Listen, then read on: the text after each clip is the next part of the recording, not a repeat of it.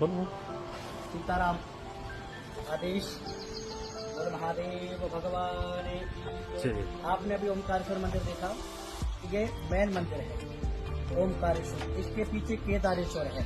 यहाँ पर आपको एक चीज और देखने को मिलेगा श्रोताओं, कि देवर्षि नारद की कहीं भी मूर्ति नहीं है विश्व में, लेकिन यहाँ इस मंदिर में देवर्षि नारद की मूर्ति रखी हुई है जूना। चलो दोस्तों, हम आपको आगे की ओर ले चलते हैं, क्योंकि शिवलिंग यहाँ से 200 मीटर शिवलिंग है। कितना? 200 मीटर शिवलिंग।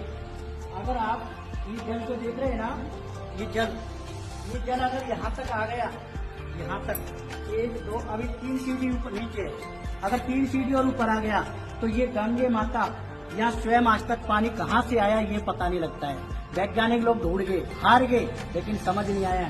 अगर जब ये यहाँ तक स्तर बढ़ जाएगा ना, तो अंदर शिवलिंग पर स्वयं जाकर के शिवलिंग 3 दिन बंद रहती है। श्रावण मास में यहाँ देखने का नजारा अद्भुत नजारा है।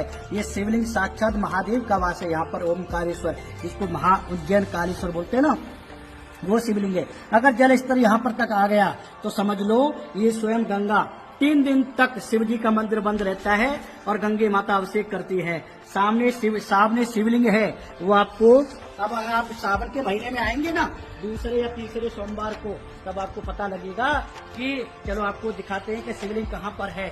आइए, कौन सा अभिषेक करते हैं आप नजारे देखा। कालेश्वर मंदिर का दिव्य दृश्य है, यहाँ से हम एंटर करते हैं। आइए,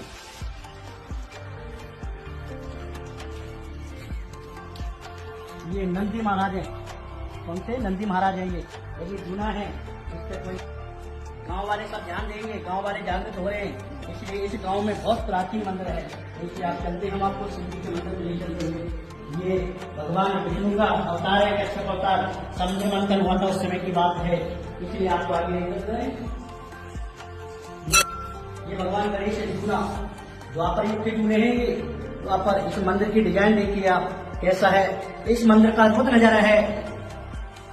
इस मंदिर की डिजाइन देखिए आप, डिजाइन देखने के बाद आपको पता लग जाएगा कितना जूना मंदिर है। लेकिन फिर भी धीरे धीरे लोग देख रहे हैं। ये स्वयं विष्णु है, ये चतुर्मुखी है, लेकिन इसको भी स्थापित करेंगे। उसके बाद चलते हैं। अभी हमने आपने बताया ना गंगे अभिषेक करने आती है, वो कौन सा शिवलिंग है। आप आइए, ये मंदिर है।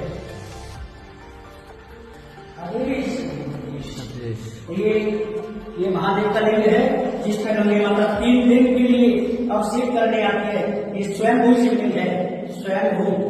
इसके दर्शन करने से मात्र जीवन में हमेशा सारे कई पाप दूर हो जाते हैं।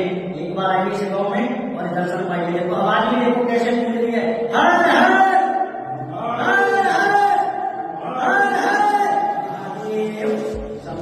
ये सब देखिए, सब नजारा है। हमें सामने में आने में 12 ज्योतिर्लिंग के दर्शन करने के लिए गाँव से लोग आते हैं, 12 जिले से लोग आते हैं, बहुत दूर से इस गाँव में मेला लगता है। इसलिए आपसे निवेदन करता हूँ, इस गाँव में आप आइए और लाभ अपने जीवन में उठाइए। सीताराम। अभी आपने इस शिवलिंग के बारे में सोचा कि गंगे माता स्वयं अभिषेक कर जाती है। अब आपको दूसरी तरफ ले चलते हैं।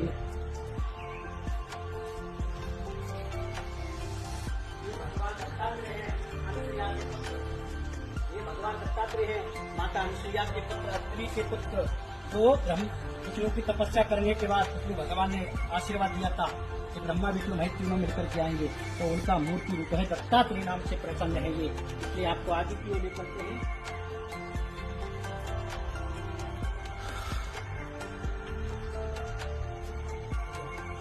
ये आपका आज आप देख रहे हैं नंदीश्वर, बहुत अद्भुत नजारा है।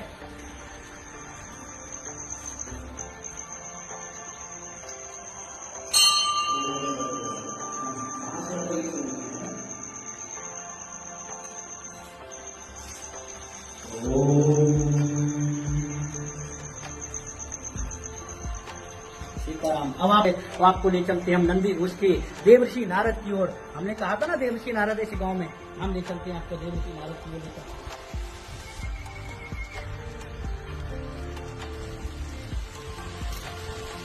ये आपके देवर्षि नारद हैं। आप आइए, देखो सुना बांधकाम देखो, द्वापर युग के सब सारे द्वापर युग का महादेव के बारे देखो, महादेव का नजारा देखो, कितना जूना पुराना मंदिर है। देखो ये नजारा देखो, ये नजारा यहाँ का अद्भुत नजारा है। ये नजारा आप देखेंगे ना तो एक बार देखते ही रह जाएंगे। आप इस गांव में 12 ज्योतिर्लिंग के दर्शन करने के लिए सबसे पहले हम बेलेश्वर जाते हैं, मोरप्पा जाते हैं, अमृतलिंग जाते हैं, ओमकारेश्वर जाते हैं, केदारेश्वर जाते हैं, कर्पूरेश्वर जाते हैं और हमारे मल्लिकार्जुन जाते हैं। ये सारे 12 ज्योतिर्लिंग आपको यही मिलेंगे। तो आपको लेके चलते हैं देवर्षि नारद की ओर। देखिए कैसे ये देवर्षि नारद है और देवर्षि नारद भगवान की। ये आपका नजारा देखो, एक बांधकाम देखो, ये जूना बांधकाम है। यहाँ पर भी ठंड का महसूस होता है। ये देवर्षि नारद है लेकिन जूना मंदिर है। इनका भी ये देवर्षि नारद आपको कहीं भी मूर्ति नहीं मिलेगी। इस गांव में 12 ज्योतिर्लिंग, राम मंदिर, नवनाथ, 84 सिद्ध, स्वयं देवी यानी स्वयं गंगा इस गांव में प्रकट हुई है। इसलिए आप इस गांव में आइए, आपका जीवन का कल्याण होगा। इस गांव की मिट्टी को आपने अगर चूम लिया, इस गांव की मिट्टी को अगर आपने चूम लिया, समझ लो आपका सारा दुख दूर हो जाएगा। इस गांव की ये पावन भूमि है। दूसरी बात आपको बता दें कि इस गांव में 5 पांडव और भगवान कृष्ण या पंचमेड़ी महादेव पड़ता है। वहाँ पर आकर के कई साल उन्होंने वनवास किया है। इसलिए कहते हैं कि ये गांव में साक्षात भगवान आए हुए हैं। और आज की डेट में कलयुग में नाथों के नाथ, आदिनाथ, शिव शंभु महादेव, दादा गुरु मच्छिंद्रनाथ, गोरखनाथ, जालेंद्रनाथ, नवनाथ, 84 सिद्ध। अभी आपको दिखाते हैं ना, बच्चा धूने पे दिखाता है तो धूने पे साक्षात शक्ति का वास है। उस पे हर समस्या का निवारण होता है। वो धूने कोई साधारण धूना नहीं है। उस धूने पे पितृदोष निकलता है और धूने पे कहीं पितृदोष नहीं निकलता, लेकिन इस गांव में पितृदोष निकलता है। नाथों की कृपा बनी रहती है। जो एक बार सच्चे दिल से शिवपट्टन खरगांव जाता है उसका जीवन धन्य हो जाता है। धन्य होने के बाद जैसा नाथ परंपरा बताती है, वैष्णव परंपरा बताता है, लेकिन हमको सबसे पहले मानव धर्म को बचाना है। इसलिए इस गांव की जो मानव भूमि है, इस गांव के जितने लोग हैं सब बहुत अच्छे लोग हैं। ये देवर्षि नारद है, ये बैठे हैं, ये देखो इनके दर्शन कीजिए। इस गांव के इतने अच्छे लोग हैं ना, हम कहाँ से, लेकिन हमको शरण दी, हमारा सम्मान किया। आज भी इस गांव में ऐसे ऐसे धन्य लोग हैं। लेकिन एकता बहुत है इस गांव में, प्रेम भाव इतना है कि संतों की बड़ी भूमि रही है, संतों की बड़ी इज्जत करते हैं ये लोग। इसलिए आप एक बार आइए और इस गांव का पावन भूमि चरण स्पर्श करके अपना जीवन धन्य बनाइए। एक बार आइए, एक बार मौका दीजिए, नाथों की लीला देखिए, वैष्णव लीला देखिए, महादेव की लीला देखिए, आपको स्वयं पता लग जाएगा। एक राजा यहाँ पर निम्माटकर हुआ करते थे।